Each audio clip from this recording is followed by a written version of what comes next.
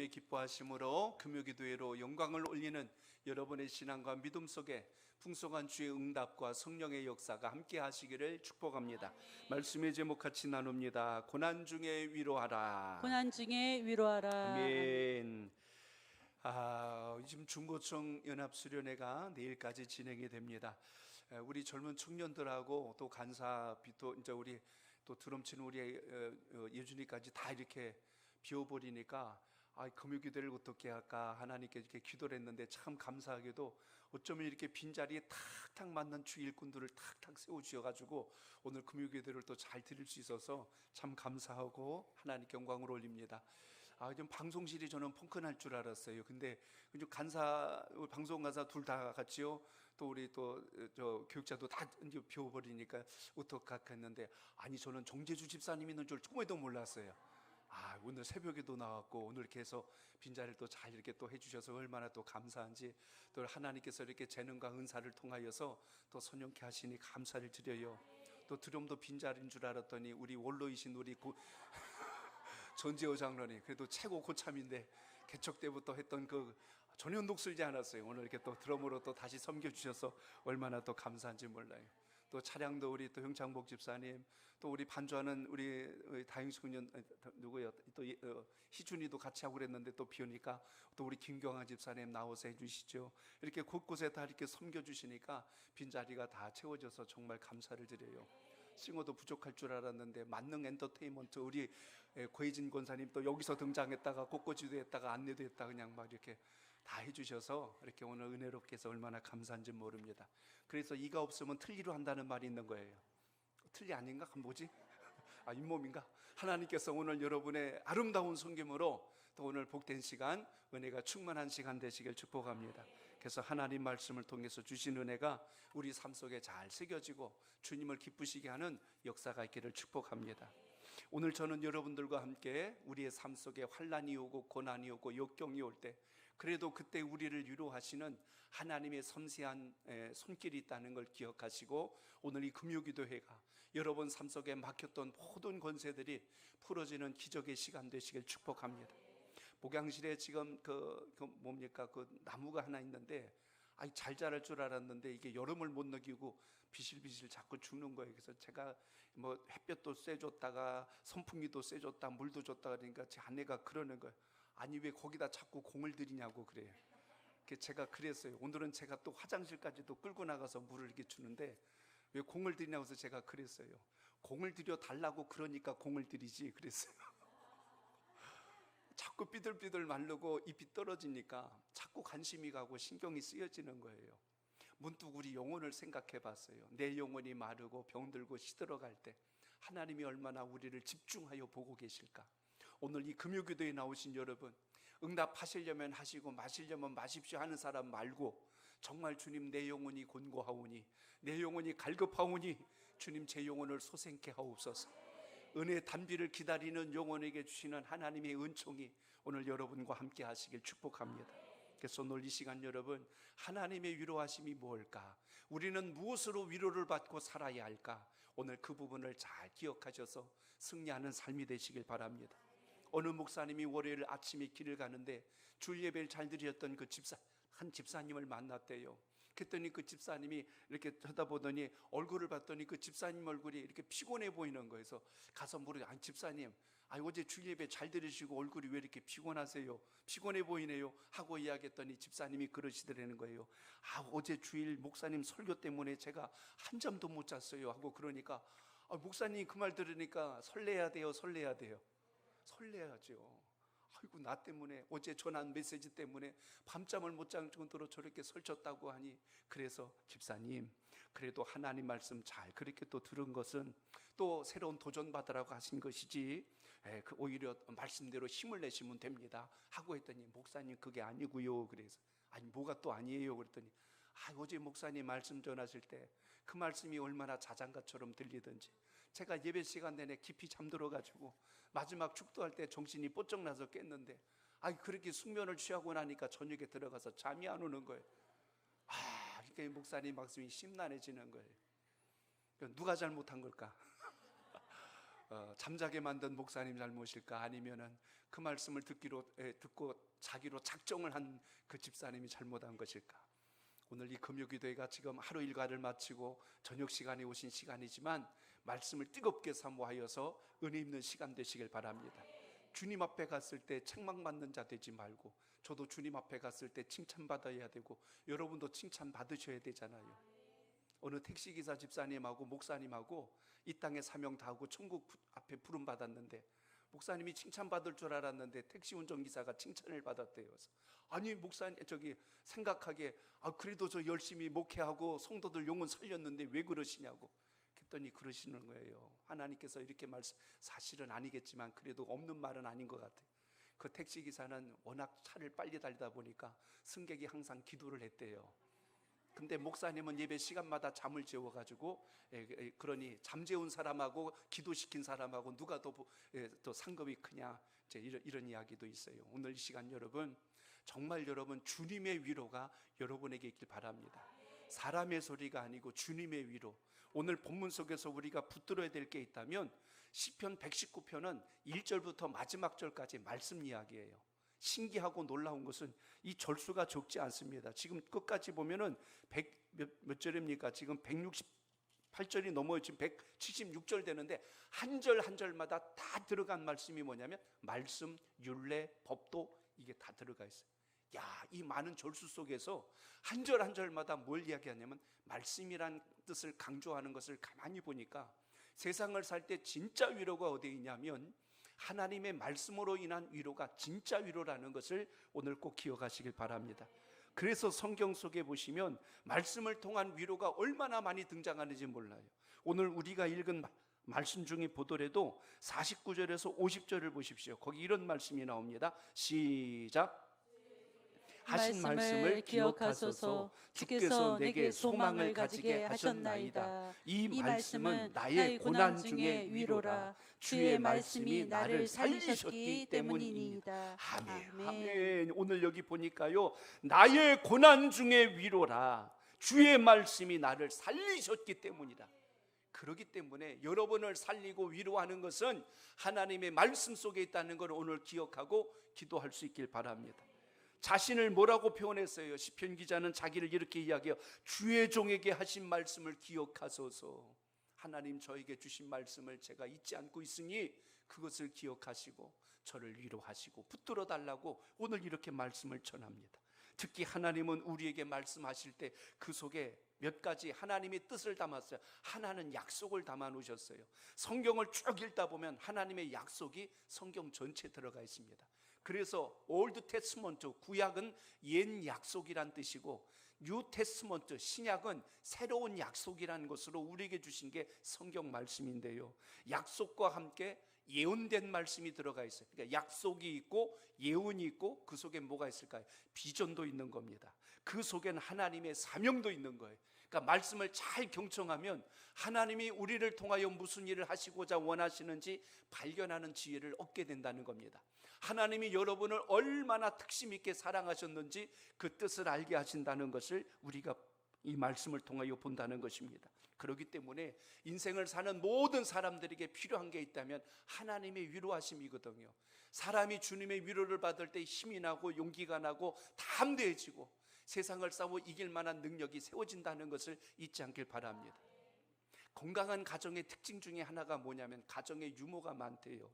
그러니까 집안 식구들이 재밌는 이야기도 많이 하고 항상 싸울 듯이 서로 노려보고 째려보고 금방이라도 주먹 날아갈 것처럼 그렇게 사는 집안은 살벌해서 건강하게도 못 살아요. 근데 집안에 들어오면 평안하고 집안에 들어오면 쉼이 있고 집안에 들어오면 그냥 모든 게 편안하고 이렇게 됐을 때 집안이 행복하다는 겁니다. 오늘 제가 국민일보 읽다가 재밌는 걸 발견했어요. 초등학교나 중학교, 고등학교 때 앨범을 한번 시간 되면 한번 보세요.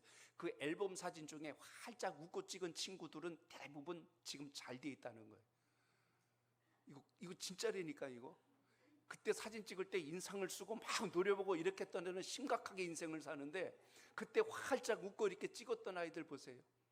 그 인생들이 지금은 막 굉장히 열심히도 살고 사업가도 되고 잘 나가는 인생들이 되는데 왜 그럴까 봤더니 그 삶 속에 긍정이 있는 거예요. 그 삶 속에 즐거움이 있는 거예요. 그러니까 오늘 이 금요기도회 하실 때도 저를 노려보고 째려보지 말고 하나님 안에서 은혜 입겠다는 사명감을 가지고 간절함으로 주님께 향하시길 바랍니다.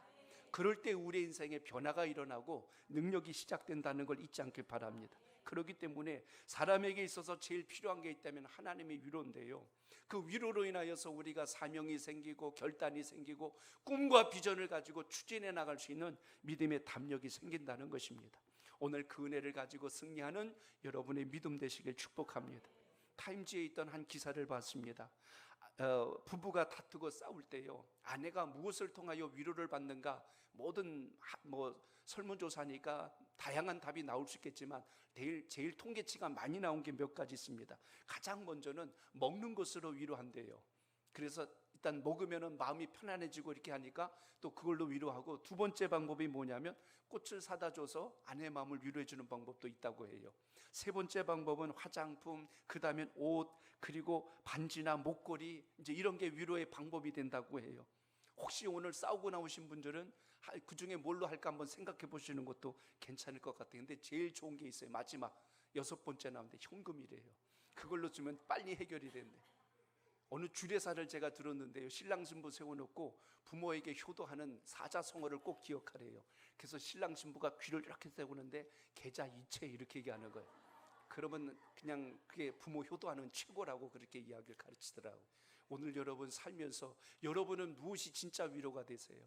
정말 여러분, 우리 위로는 세상에서 오는 게 아니고 하늘부터 와야 진짜 위로라는 것을 오늘 기억하시길 바랍니다. 제가 가수 현이라는 분의 그 소리를 좀 이렇게 봤는데 제일 신기한 것 중에 하나가 부부싸움을 안 한다는 거예요. 어떻게 부부싸움을 안 하고 저렇게 살 수 있을까? 그래서 어떤 사람이 물어봤는데 대답을 이렇게 하더라고요. 아내와 의견이 달라서 싸움이 일어날 때 이렇게 한다고 하는 겁니다. 그런 상황이 벌어지면 아내의 생각이 바뀔 때까지 기다린대요. 세상에 이런 말도 안 되는 말이 세상에 어디 있어요?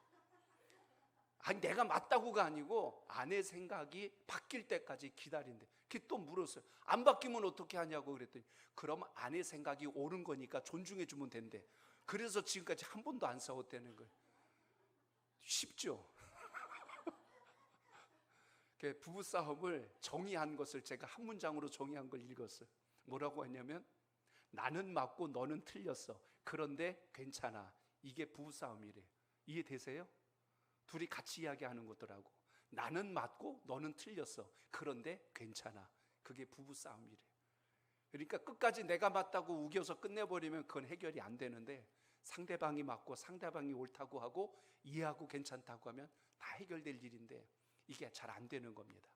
오늘 진짜 위로는 하나님으로부터 왔을 때가 위로라는 걸 오늘 말씀에서 기억하시고, 어디 누가 나 위로해 안 해줄까 하고 사람에게 기대지 말고 주님 바라보는 역사가 여러분 삶 속에 있기를 축복합니다. 오늘 내 마음이 지쳤을 때, 내 마음이 상했을 때, 성경에 보면 선지자도 제사장도 또 주님의 제자들도 또 하나님을 따랐던 주의 백성들이 낙심하고 울고 있을 때, 그때 주님께서 그 아픈 마음을 위로하시고 일으켜 주시는 기사가 모든 곳에 나와 있습니다. 열왕기서에 보시면 여러분 엘리야 선지자가 있는데요, 그때 당시 아합 왕이 통치하고 있었을 때 북이스라엘에 3년 6개월 동안 비 오지 않게 하라고 하나님께서 엘리야에게 전해서 엘리야가 아합 왕에게 가서 그 말을 전합니다. 그리고 나서 그때부터 3년 6개월 동안 비가 없는 거예요. 그리고 3년 6개월이 지났을 때 다시 엘리야에게 가서 하나님이 말씀하십니다. 너는 다시 아합 왕에게 가서 이제 곧 다시 비가 내릴 것을 선포하는데, 누가 참신인지 갈멜산에서 겨루도록 이렇게 합니다. 갈멜산에 올라갔는데요, 바알신 아세라 섬기는 그 제사장들이 800명이 넘습니다. 근데 이쪽에 하나님의 이름을 들고 선 선지자는 엘리야 혼자예요. 근데 거기서 어떤 역사가 일어납니까? 엘리야가 기도하였을 때 하나님께서 여호와의 불을 내리시고 제단에 물로 적셔놓은 그 모든 제단이 불로 완전히 다 태워져서 역사가 일어나죠. 바알을 섬겼던 그들은 하루 종일 별짓을 다 해도 하늘에 불은커녕 불꽃 하나 튀긴 적이 없었는데, 엘리야의 기도 한 번에 여호와의 불이 임함으로 인하여 하나님이 참신이란 걸 증거합니다. 이러면 온 백성들이 하나님 앞에 회개하고 엎드리고 주여 우리가 죽을 죄를 지었나이다 이래야 되는데, 아합 왕의 아내였던 이세벨이 저 엘리야 때문에 완전히 배려버렸다, 저 엘리야 죽여버려야 되겠다, 상황이 이상하게 반전이 돼버린. 그래서 여호와의 불을 내린 직후에 엘리야가 끝난 줄 알았는데 도망을 쳐야 되는 상황이 벌어집니다. 그래서 엘리야가 도망을 치고 로뎀나무 아래에 엎드려서 나를 죽여주소서, 내가 이럴 줄 알았나이다 하면서 원망하고 넘어져 있을 때 하나님께서 그때 엘리야를 만나 주세요. 성경에 보면 그때 어떤 일이 생기냐면 갑자기 큰 바람이 불고 갑자기 땅이 진동하고 갑자기 그곳에 불이 임하였는데 거기에는 여호와가 아니 계시더라. 근데 언제요? 그게 다 지나간 후에 세미한 음성이 들리는데 엘리야야 내가 왜 여기에 있느냐 하는 하나님의 음성이 그때 들리는 것을 보게 됩니다. 그때부터 하나님의 위로가 시작이 돼요. 우리는 여기서 중요한 대목을 봅니다. 하나님의 응답은 여러분 개인으로 1대1로 세미하게 응답하시는 주님이란 사실을 기억하시길 바랍니다. 그렇기 때문에 오늘도 기도할 때 주님의 위로를 만나야 진짜 위로지, 사람의 위로는 한계가 있고 사람의 위로는 우리 전체를 바꿀 수가 없다는 것을 우리가 잘 기억할 수 있길 바랍니다. 독일의 신학자 본헤퍼 목사님, 그분이 쓴 책 중에 윤리란 책에 나오는 한 대목을 좀 인용하겠습니다. 거기 하나님 말씀에 대해서 이렇게 정의를 내렸어요. 하나님의 말씀은 좋은 말씀이 아니요, 하나님의 말씀은 옳은 말씀도 아니요, 하나님의 말씀은 아름다운 말씀도 아니요, 하나님의 말씀은 재미있는 말씀도 아닙니다. 하나님의 말씀은 마지막 이렇게 결론을 내려요. 살아있는 말씀입니다 라고 이렇게 선포합니다. 살아있는 말씀이지 그것이 단순히 우리의 마음을 간지리는 것이 아니라 우리의 근본을 바꾸는 능력이라고 기록한 것을 보게 됩니다.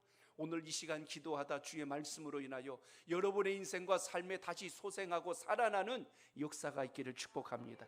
그러기 위해서 우리가 갖추어야 될 세 가지 믿음의 덕목이 있습니다. 첫째는 51절 같이 읽습니다. 시작. 교만한 자들이 나를 심히 조롱하여도 나는 주의 법을 떠나지 아니하였나이다. 아멘. 자, 저를 따라합니다. 주님의 말씀을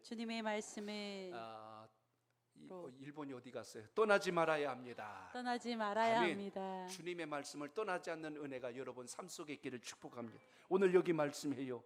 교만한 자들이 나를 심히 조롱하여도 나는 주의 법을 떠나지 아니하였나이다. 여러분 신앙하다 보면 믿는 것 때문에 때로는 자존심 상하고 마음에 상처를 입을 때가 있어요. 조롱하는 자가 있고 비웃는 자가 있고 흉보는 자가 있고 모함하는 자가 있고 없는 말을 만들어서 공경에 빠뜨리는 자도 있고 참 말이라는 게 무서워요. 한 달이 걸러가 두 달이 걸러가면 이상하게 말이 더 와전돼서 여기선 손잡았다는데 저기서는 애 낳았다고 그래. 그러니까 이게 난리 날 일이 생겨버리는 겁니다.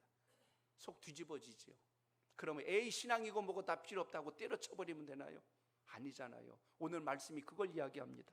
교만한 자들이, 이 교만이 뭡니까? 하나님을 두려워할 줄 모르는 자, 그 입에 절제할 줄 모르는 자들이 함부로 말함으로 인하여서 오히려 나를 심히 조롱하였어도 나는 무엇을 안 떠났다? 주의 법을 떠나지 아니하였나이다. 신앙에 있냐 없냐를 어디서 판가름하냐? 시련이 오고 고난이 오고 역경이 왔을 때 쓰러지고 넘어진 자가 아니라 그때도 끝까지 초지일관 주의 말씀으로 붙들고 일어나는 사람, 그게 믿음의 사람이요 하나님의 속한 자요 하나님의 백성인 줄로 믿으시기 바랍니다. 그래서 오늘 여러분 기도하고 간구할 때 그 힘을 기르는 겁니다. 운동도 기체 체력이 튼튼하면 마지막에 좋은 결과를 거둬들여요. 기술이 좋아도 체력이 바탕이 안 되면 이기질 못합니다. 우리 한국 축구의 고질적인 병 중에 하나가 뭐냐면 체력이 약한 거예요. 그걸 우리 옛날 그 누굽니까? 2002 월드컵 때 히딩크 감독이 아주 예리하게 봤어요. 우리 이 축구 국가대표 선수들이 기초 체력이 약하다는 걸 아주 맹훈련을 시켰대. 그래서 이 모든 경기 마지막 연장전까지 가도 쓰러지지 않을 정도의 체력을 넣어서 끝까지 뛸 수 있는 그 힘을 만들어내서 결과를 만들어냈죠. 결국 여러분 우리 신앙은 안 그럴까요? 신앙의 기초 체력이 정말 중요합니다. 예배가 살아있고 기도가 살아있고 하나님 말씀이 여러분 신비에 잘 새겨져 있길 바랍니다. 이거 흔들어 놓고 다른 거 잘하겠다고 백날 뛰어봤자 결국 마귀가 톡 손으로만 건드려도 자빠져 버린다니까요. 오늘 그래서 오늘 말씀에서 기억하십시오. 누가 조롱한다 할지라도 교만한 자가 나를 멸시한다 할지라도 그것 때문에 주눅 들고 낙심들어서 쓰러지지 말고 하나님 말씀 붙들고 일어날 수 있는 은혜가 여러분 믿음 속에 있기를 바랍니다. 마태복음 10장 28절에 보니까요, 몸은 죽여도 영혼은 능히 죽이지 못하는 자들을 두려워하지 말고 오직 몸과 영혼을 능히 지옥으로 멸하실 수 있는 일을 두려워하라. 여호와 하나님을 두려워할 줄 모르면서 세상 사람 눈치 보고 그걸 가지고 두려워하는 자는 그는 바른 신앙이 아니라는 것입니다. 그렇기 때문에 오늘 54절에도 보면 뭐라고 말씀했어요? 내가 나그네 된 집에서 주의 율례들이 나의 노래가 되었나이다. 야, 여러분 보세요. 내가 나그네 된 집이라고 했는데 우리 인생길을 이야기합니다. 우리 인생을 성경은요, 나그네 인생길이라고 그래요. 나그네의 특징은 뭐냐면 오늘 내가 있는 것이 내 집이 아닙니다. 여행하다 보면 좋은 집도 잠깐 머물 수 있고 또 조금 낮은 집에 있을 수도 있어요. 여러분이 여행을 하다 보면 뭐 5성급 호텔도 갈 수 있고 뭐 모텔도 갈 수 있고 뭐 여관급과 같은 집도 갈 수 있습니다. 그게 내 집이 아니잖아요. 잠깐 머물다가 가는 곳이지.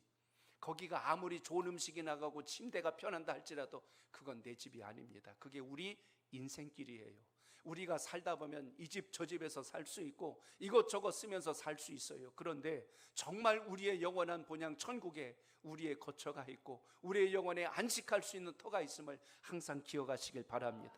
그렇기 때문에 나그네 같은 우리 인생이 무엇으로 노래를 했냐면 주의 율례가 노래가 되었대요. 그러니까 여러분 인생의 노래는 뭐가 되어야 된다? 여호와의 말씀이 노래가 되시길 축복합니다.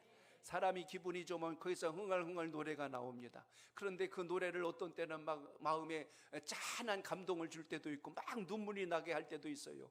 이 노래라는 게 참 신기합니다. 영혼을 울리는 능력이 있거든요. 우리가 부르는 찬송가도 그 가사를 깊이 생각해 보면 그 가사 속에 기도가 담겨 있고 그 운율 속에서 우리의 영혼을 움직이는 진동을 일으키는 역사가 있는 걸 보게 됩니다. 하나님의 영으로 담겨진 곡들은 우리의 이 귀를 간질리는 게 아니라 영혼을 움직인다는 걸 기억하시고 오늘 이 시간도 여러분 우리의 삶 속에서 하나님의 말씀이 내 인생의 노래요, 하나님의 말씀으로 인하여 악한 자들이 나를 조롱하고 비난하고 모함해도 끄떡하지 않는 굳건한 신앙이 여러분의 믿음 되시길 축복합니다. 금요교회는 그 능력을 쌓는 거예요. 운동도 많이 하면 지방은 다 빠지고 근육이 남죠. 여러분의 영적 근육이 튼튼해야 체력도 강해지는 것입니다. 믿음의 자리에서 오늘 다시 한 번 더 내공을 쌓을 수 있는 역사가 있기를 축복합니다. 그리고 오늘 52절 뭐라고 말씀했어요? 52절 봅니다. 시작. 여호와여 주의 옛 규례들을 내가 기억하고 스스로 위로하였나이다. 아멘. 그렇구나. 주님의 말씀으로 위로해야 되는구나 라는 것을 보게 됩니다. 오늘 여기 보니까 옛 규례라고 했는데 이게 말씀입니다. 주님의 말씀들을 내가 기억하고 그것으로 위로를 삼았대요. 그러니 오늘 이 시편 119편이 참 재미있는 게 한 절 한 절마다 하나님의 말씀으로 인하여 우리가 주님을 떠나지 않고 그 말씀으로 인하여 위로를 받는다는 것을 본다면 오늘도 그 위로가 주님 안에서 여러분의 것 되시길 축복합니다. 미국의 어떤 정신과 병원에 유명한 배우 한 사람이 찾아왔어요. 우울증으로 찾아온 겁니다. 그래서 이런 방법 저런 약 다 처방을 해도 낫지를 않자 그 담당 의사가 이렇게 상담을 해 주었어요.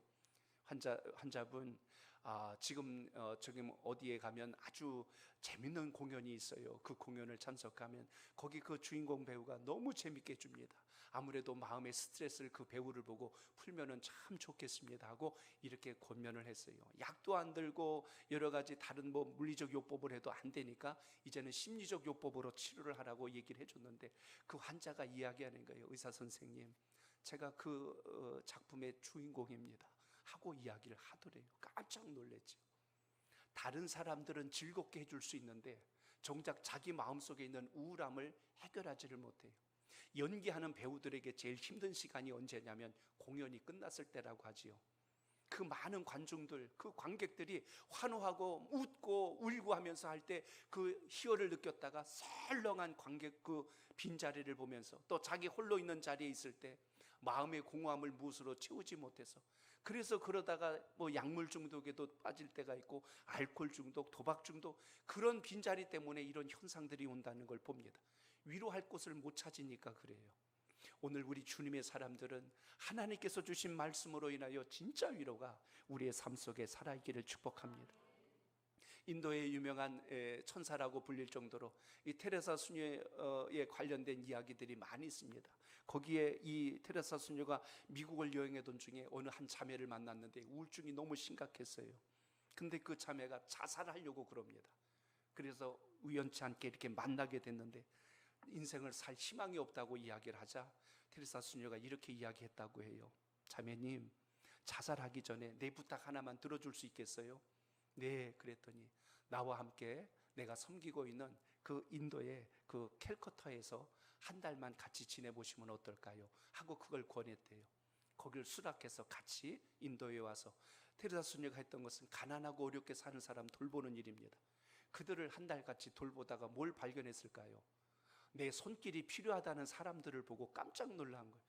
나는 인생에 무가치하다고 생각했는데 나의 도움과 위로를 받는 그들을 보고 오히려 내 마음이 치유가 되고 회복이 되어서 오히려 건강한 삶이 되었다는 고백을 보았습니다. 저는 무엇을 보냐면 인생에서 나 하나로 국한된 인생은 자기 것밖에 볼 수가 없는 어리석은 길이 될 수가 있습니다. 가끔 게임 중에 여러분 꽃갈콘같이 생긴 걸 얼굴에다 뒤집어 쓰고 뭐 찾으라는 게 있어요. 뒤집어 쓰고 보면 앞에가 요만해가지고 어디다 찾아도 잘 안 보여요. 그럼 한참을 헤맵니다. 사실 이거 딱 치우고 보면 한눈에 다 들어오기 때문에 어디에 뭐 있는지 다 아는데 그 좁은 작은 그 구멍 하나로 보려고 하니까 안 보이는 거예요. 인생도 똑같습니다. 내 눈으로 보려고 내 좁은 시야로 보려고 하니까 하나님의 은혜도 모르고 하나님의 섭리도 깨닫지 못하고 주님의 돌보심을 전혀 깨닫지 못하니까 내 인생은 왜 이럴까 하고 자신을 비관합니다. 자신을 비관하니까 마음이 우울해지고 삶의 의욕도 사라지고 불평과 원망과 짜증만 일어나고 인생을 그래서 절망 속에서 벗어나지를 못해요. 주님은 우리 눈에 갇혀있는 것을 벗어주시고 더 크고 놀라운 것을 보게 하신다는 걸 잊지 마시고 그 은혜가 오늘 여러분 삶 속에 살아있기를 축복합니다. 그래서 오늘 이 시간 기도할 때 사람의 위로에 만족하지 말고 사람의 위로를 찾아다니지 말고 주님의 전적인 위로와 소망이 여러분 속에 살아있기를 축복합니다. 그래서 믿음의 사람들은 언제나 하나님 주신 것으로 기뻐하는 것이 지극히 복되다는 것을 우리가 알아야 한다는 것입니다. 그래서 오늘 주의 말씀을 통하여 기억하세요. 하나님이 기뻐하시는 믿음의 자리, 사명의 자리, 은혜의 자리를 소홀히 여기지 마시고 다시 오늘 기도로 결단하여서 주님의 영광을 위해서 힘있게 나가는 여러분의 신앙과 믿음이 되시길 축복합니다. 과거 때문에 그때도 그랬으니 지금도 그럴 거야 하지 말고 우리 하나님의 사람들은 오로지 예수 그리스도 십자가 주님 손 붙잡고 오직 앞으로만 향할 수 있는 믿음의 자리가 축복의 자리가 됨을 잊지 마시고 그 은혜가 여러분 삶 속에 있기를 축복합니다. 그러므로 여러분 복음성가 중에 이고 가세요. 주님 말씀하시면 내가 나아가리라. 내 생각대로 가는 게 아니고 주님 말씀으로 나갈 수 있는 은혜. 이 가사 다 아시니까 우리 1절만 한번 같이 불러보겠습니다. 주님 말씀하시면 내가 나아가리라. 주님 말씀하시면 내가 나아가 주님 뜻이 아니면 주님 뜻이 아님 내가 멈춰서리라 나의 가고 서는 곳 주님 뜻에 있으니 오 주님 나를 이끌 뜻하신 그곳에 나 있기 원합니다. 뜻하신 그곳에 나 있기 이끄시는 대로 순종하며 연약한 내 영혼 통하여 일하소서. 주님 나라와 그 뜻을 위하여 오 주님 나를 이끄소서. 아멘. 주님 말씀 있으면 주님 말씀하시면 내가 나아가겠습니다. 주님 뜻이 아니면 제가 멈춰서겠습니다. 그럴 때 우리가 이 세상에 쓰러지지 않고 휩쓸려 가지 않고 낙심하지 않는다는 걸 잊지 말고 오늘 다시 한 번 더 오늘 주님 말씀처럼 진정한 위로를 주님께 만나시고 진정한 인도자가 되신 주님 안에서 승리하는 여러분의 결단이 살아있기를 축복합니다. 오늘 말씀을 통하여 하나를 더 같이 봅니다. 55절을 보세요. 같이 읽습니다. 시작. 여호와여 내가 내가 밤에 주의 이름을 기억하고 주의 법을 지켰나이다. 아멘. 자, 저를 따라합니다. 인생의 밤이 올 때 인생의 밤이 올 때에 말씀을 기억해야 합니다. 말씀을 기억해야 합니다. 아멘. 오늘 55절에 보니까요, 여호와여 내가 밤에 주의 이름을 기억하고 라고 말씀하고 있는 걸 보게 됩니다. 오늘 내가 주의 법을 아무도 보지 않을 때도 지켰나이다, 이런 뜻이에요. 내 인생의 어둠의 골짜기에 떨어져 있을 때, 아무도 나를 기억하지 않고 보지 않고 있을 때도 내가 주의 말씀을 의지하고 붙들었나이다. 모든 사람들이 모여 있을 때 믿음 좋은 척하고 앉아있는 신앙 말고요, 혼자 있을 때 나의 모습이 하나님께서 정말 찾는 그 모습일까? 오늘 이런 영적 경건의 훈련이 우리 삶 속에 있길 축복합니다. 혼자 있을 때 나의 모습이 경건이라는 말도 있습니다. 오늘 다시 한 번 더, 오늘 예배를 통하여, 기도를 통하여 깨닫고 결단한 게 있다면 그 말씀 가지고 여러분의 삶에 잘 적용하셔서 더 하나님을 가까이 하고 주님의 위로를 구하며 굳건한 자리에서는 여러분의 믿음 되시길 바랍니다. 미국의 빌 하이빌스 목사님 쓴 글 중에 아무도 보는이 없을 때 당신은 누구인가라는 그 책에 나오는 한 부분입니다. 거기 이런 글귀가 있는데 인용해 봅니다. 홀로 있을 때 당신은 누구냐 하는 것입니다. 교회에 있을 때 말고, 예배 드릴 때 말고, 여러분 혼자 있을 때, 아무도 당신을 보고 있지 않을 때 당신은 도대체 어떤 사람인가요? 라는 질문을 던집니다. 예배당 안에서는 우리가 다 믿음 좋은 사람 같고, 함께 교제할 때는 다 은혜 충만한 사람 같은데, 홀로 있을 때 외로워하고, 홀로 있을 때 낙심하고, 홀로 있을 때 분노하고, 홀로 있을 때 쓰러져 있다면 그것은 우리의 신앙이 분리돼 버린 거죠. 오늘 받은 은혜가 여기서 끝나는 것이 아니라 하나님 역사 안에서 더 경건한 역사로 여러분 삶 속에 세워지길 축복합니다.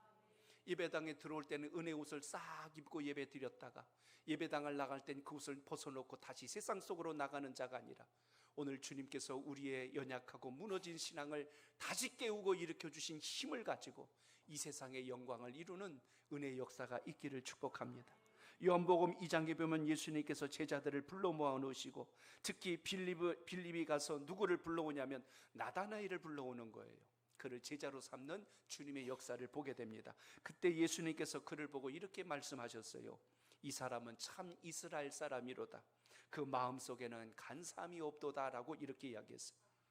주님과 처음 대면한 사람이 나다나엘인데, 그를 이야기할 때 주님이 하신 말씀이 참으로 이스라엘 사람이로구나, 그 속에 속이는 간사함이 없구나 그랬어요. 나다나엘이 깜짝 놀랐어요. 처음 만났어요. 그랬더니 그렇게 말하자 마음속을 지금 이야기한 거 아닙니까? 나다나엘이 이렇게 이야기하는, 예수님 어떻게 저를 아십니까? 어디서 저를 보셨나요? 하고 이렇게 물었어요. 그때 주님이 이렇게 답변하십니다. 내가 무화과 나무 아래에 있을 때 내가 너를 보았느니라 라고 말씀하셔요. 이것은 홀로 있을 때 주님께서 멀찍이 보고 계셨다는 거예요. 아무도 나를 안 보고 모르는 것 같은데 주님은 나를 보고 계셨다는 것을 주목합니다. 신앙은 바로 그겁니다. 하나님이 오늘도 우리를 살피시고 우리의 내면을 보고 계신다는 걸 잊지 마시고, 하나님 뜻 안에서 여러분의 간절한 고백이 주님께 상달됨을 기억하시길 바랍니다. 아무도 모르겠지가 아니라 주님께서 아신다면, 오늘 여러분의 기도를 하나님이 외면하신 것도 아니고 등을 돌리신 것도 아니고 오늘 들으시는 주님이란 사실을 믿고 소망 중에 기도할 수 있기를 축복합니다. 그러므로 우리의 삶은 예배당 안에서만 끝나면 안 되죠. 여러분의 인생이 더 빛이 나야 될 곳이 여러분의 가정이 되시고 여러분의 일터가 되시길 바랍니다. 그곳에서도 여러분이 하나님을 믿는 거룩한 백성으로서의 역사가 나타나길 축복합니다. 누가 여러분을 만났는데 이렇게 인사하면 여러분 기도하셔야 돼요. 교회 다녔어? 라고 이렇게 물으면 여러분 심각한 겁니다. 교회 다녔어. 근데 알고 보니까 집사님이었다며? 이렇게 이야기하면 정말 큰일 나는 거죠. 권사님이었다며? 이렇게 하면. 주일인데 왜 교회 안 가? 이런 말 들으면 안 되잖아요. 아, 기도하면 된다고 했잖아. 이런 말들을 믿지 않는 사람에게 자꾸 듣고 있다면 다시스로 가는 배 안에 잠자고 있는 요나와 똑같은 거예요. 오늘 다시 이 시간 기도할 때 주님의 진정한 위로와 소망이 우리 삶 속에 있길 축복합니다. 교회보다 여러분의 가정이, 가정에서 또 여러분의 일터에서 하나님의 영광이 나타나는 선한 그리스도인으로서의 역사가 함께 할 수 있기를 축복합니다. 어느 목사님이 목회를 처음 시작을 하셨는데 그 교회 집사님 이야기를 글로 쓴 걸 읽어봤습니다. 그 집사님 한 분이 남편이 세상을 떠났어요. 사고로 인하여 세상을 떠났어요. 그래서 마음을 잡지 못하고 너무너무 실망에 빠지고 낙심하여서 교회를 나오질 않았어요. 전화도 받지를 않는 거예요. 목사님이 사모님과 같이 신방을 갔답니다. 근데도 문도 안 열어줘요. 어떻게 간절히 얘기를 해서 간신히 문을 여긴 했는데 집안엔 불이 딱 꺼져 있고 그냥 방으로 들어가서 나오지를 않아요. 그래서 그 거실에 앉아서 목사님 사모님이 어떻게 할 수 없어서 찬송을 부르셨답니다. 그 찬송이 뭐냐면 찬송가 370장, 주 안에 있는 나에게 딴 근심이 있으랴. 우리 1절만 같이 불러볼까요? 같이 불러봅니다.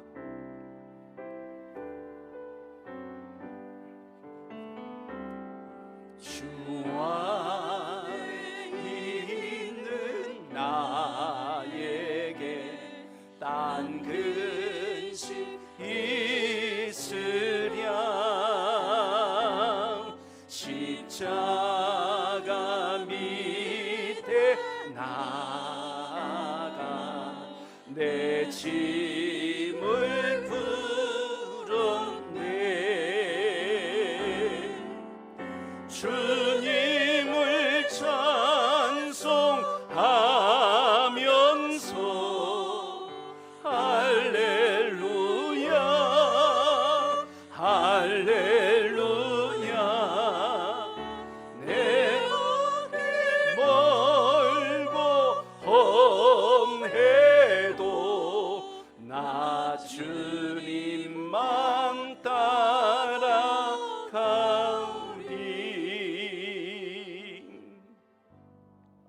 이 찬송을 한 번, 두 번, 세 번, 네 번 계속해서 그 찬송을 부릅니다. 그 찬송을 계속 부르자 방에서 작은 소리로 찬송 소리가 들리기 시작하더래요. 주 안에 있는 나에게 딴 근심이 있으랴 하면서 같이 안에서도 화답을 하며 찬송을 시작하더래요. 그렇게 하면서 그날 신방 예배는 이 찬송을 시작해서 이 찬송으로 끝을 맺었다고 합니다. 그리고 그 집사님은 다시 마음의 용기를 갖고 결단하여서 믿음을 회복하고 다시 열심히 신앙하여 본연의 자리를 잘 회복했다는 그 글을 읽어봤습니다. 오늘 이 시간 여러분, 우리의 신앙과 믿음도 사람의 위로가 아니고 주님의 위로, 그것은 말씀이요 곡조 있는 기도요 하나님의 은혜 안에서 여러분의 믿음을 다시 깨우고 일으키는 역사가 있길 축복합니다. 자꾸 환경 핑계 대지 마세요. 더워서 그래요, 뭐가 어려워서 그래요, 뭐가 힘들어서 그래요. 그걸로 그 뒤에 숨지 마십시오. 우리는 숨는 자가 아니라 예수 그리스도 십자가 붙들고 나가는 하나님의 사람들입니다. 그렇기 때문에 여러분의 위안을 사람의 위안에 만족하지 마시고 오늘 다시 하나님 말씀 가까이 하시고 주님의 말씀으로 위로를 삼으시고 하나님 말씀 잘 붙들어서 승리하는 주의 일꾼 되시길 축복합니다. 이제 말씀의 결론 맺습니다. 56절 읽어볼까요? 시작. 내 소유는 이것이니 곧 주의 법도들을 지킨 것이니이다. 아멘. 56절에 보니까요, 나의 소유는 이겁니다. 나의 재산은 이것입니다. 내가 가진 모든 게 이게 전부입니다. 이걸 고백하는데요, 곧 주의 법도들을 지킨 것이니이다. 누구는 이야기할 때 명예를 이야기하고, 누구는 이야기할 때 권세를 이야기하고, 누구는 이야기할 때 자기 재물을 자랑합니다. 그런데 오늘 시편 기록자는 재물도 아니고 권력도 아니고 명예도 아니고 능력도 아니고 내게 있는 모든 소유는 이것이니 곧 주님의 법도입니다. 주님의 말씀입니다. 다른 것 다 빼앗기고 잃어도 주의 말씀 빼앗기지 말고 하나님의 은혜 잃어버리지 말고 오늘 다시 주님 말씀 잘 붙들어서 일어나서 주님 손에 붙들려 쓰임받는 축복의 주인공이 오늘 이 자리에 기도하시는 여러분이 되시기를 축복합니다.